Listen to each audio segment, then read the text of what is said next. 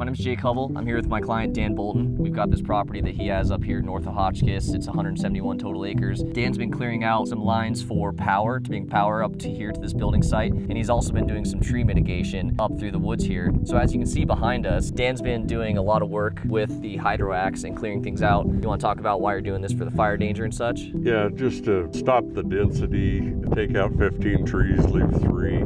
It decreases the fire problems and increases the elk habitat and deer habitat. We'll go in and reseed with native grass seeds and everything. But the main thing that we're doing is building good roads to where the fire marshal can get up here if we have a lightning strike and stuff, and he can take care of a problem before it gets out of hand. You know, typically the pinions jump from top to top. Yep. And so if you space them out, then that's not a problem. Yeah. It helps lessen the chance of fire danger. We're going to put some water tanks in here and stuff. It's really good hunting and just a special piece of property. Yeah, you know? great views, good access to town, and it's quiet up here. A minute and a half from town. It's awesome.